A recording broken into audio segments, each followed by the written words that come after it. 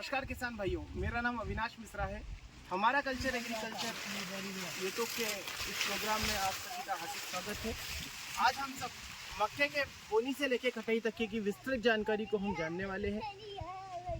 आज हम जो है मक्के की बोनी कैसे करनी है, किस प्रकार से खेती की तैयारी करनी है, कौन कौन से रोग आते हैं, क्या क्या दवाई डालनी चाहिए, कितनी कितनी इसके अंदर खाद की मात्रा डालनी चाहिए, आज विभिन्न प्रकार की समस्त जानकारियों पर आज हम बात करने वाले हैं। कभी भी मक्के की खेती करने के पूर्व सबसे पहले एक बार गहरी जुताई करिए।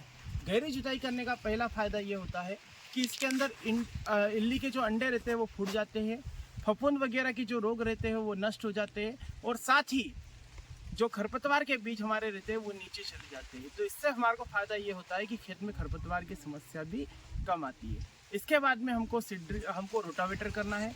रोटावेटर करने का पहला फायदा ये होगा कि रोटावेटर मिट्टी को पूर्णतः भूरी कर देता है। भुरभुरी करने के वजह से जब हमारी सीड या हाथ से इसकी बोनी करते हैं तो प्रॉपर तरीके से अंकुरण एक अच्छा और एक समान आता है।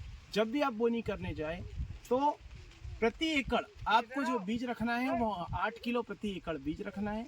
इसके अंदर डीएपी आपको लगभग 40 किलो डीएपी आप डाल के इसकी बोनी कर सकते हो। अगर आप अपने बाजार की आवश्यकता के अनुसार 12-32-16 खाद का भी उपयोग कर सकते हैं। कभी भी मक्के की बुआई करें तो इसमें यह बात का ध्यान रखें कि पौधे से पौधे की दूरी हमको हमेशा 10 से 12 इंच और कतार से कतार की दूरी आपको कम से कम 24 इंच इसके अंदर रखना चाहिए। अगर आप इतनी दूरी रखते हैं तो आपके खेत में 1 एकड़ के अंदर प्रति एकड़ पौधों की संख्या लगभग 28 से 29 हजार तक पहुंच जाती है।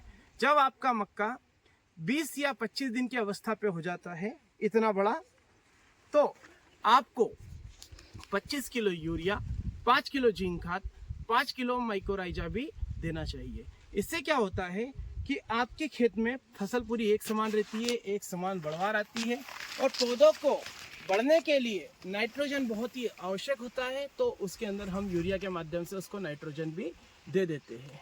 बोनी के हमको 18 दिन के अंदर खरपतवार नाशक दवाई का प्रयोग करना चाहिए और 20 से 22 दिन के अंदर हमको इल्ली के अंदर FAW तथा FAW दवाई मतलब जो इल्ली लगती है उसको मारने के लिए हमको स्प्रे करना चाहिए। FAW मारने के लिए या किसी प्रकार की इल्ली मारने के लिए सबसे अच्छी जो आती है दवाई वो क्लोरोएंट्रोप्रोनिल है, जो 18.5% के अंदर मार्केट में उपलब्ध है, और इमामेक्टिन बेंजोएट जो होती है 5% SC के अंदर मार्केट में 5% EC के अंदर मार्केट के अंदर उपलब्ध है। आप इसका भी चयन कर सकते हैं। जैसे ही आपकी मक्का 40 से 45 दिन की हो जाती है तो समस्त किसान भाइयों को सुझाव दिया जाता है कि प्रति एकड़ आपको जो है पोटास 25 किलो प्रति एकड़ पोटास और 25 किलो यूरिया आपको देना चाहिए।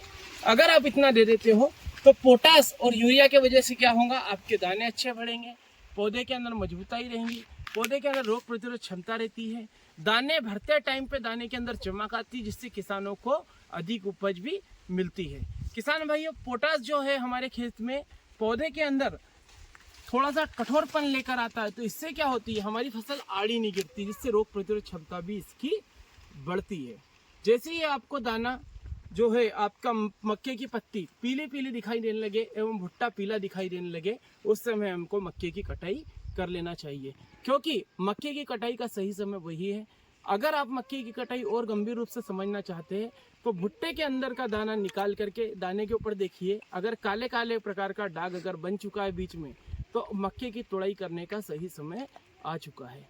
मक्के की तुड़ाई करते समय जो उसके अंदर उसकी आर्द्रता रहनी चाहिए, मक्के में नमी रहनी चाहिए, वो 30% तक होनी चाहिए और मंडी में बेचते समय इसकी आर्द्रता 10 से 12% तक उपयुक्त होती है। इसकी वजह से हमको मंडी में रेट भी बहुत अच्छे मिल जाते हैं। बहुत बहुत धन्यवाद।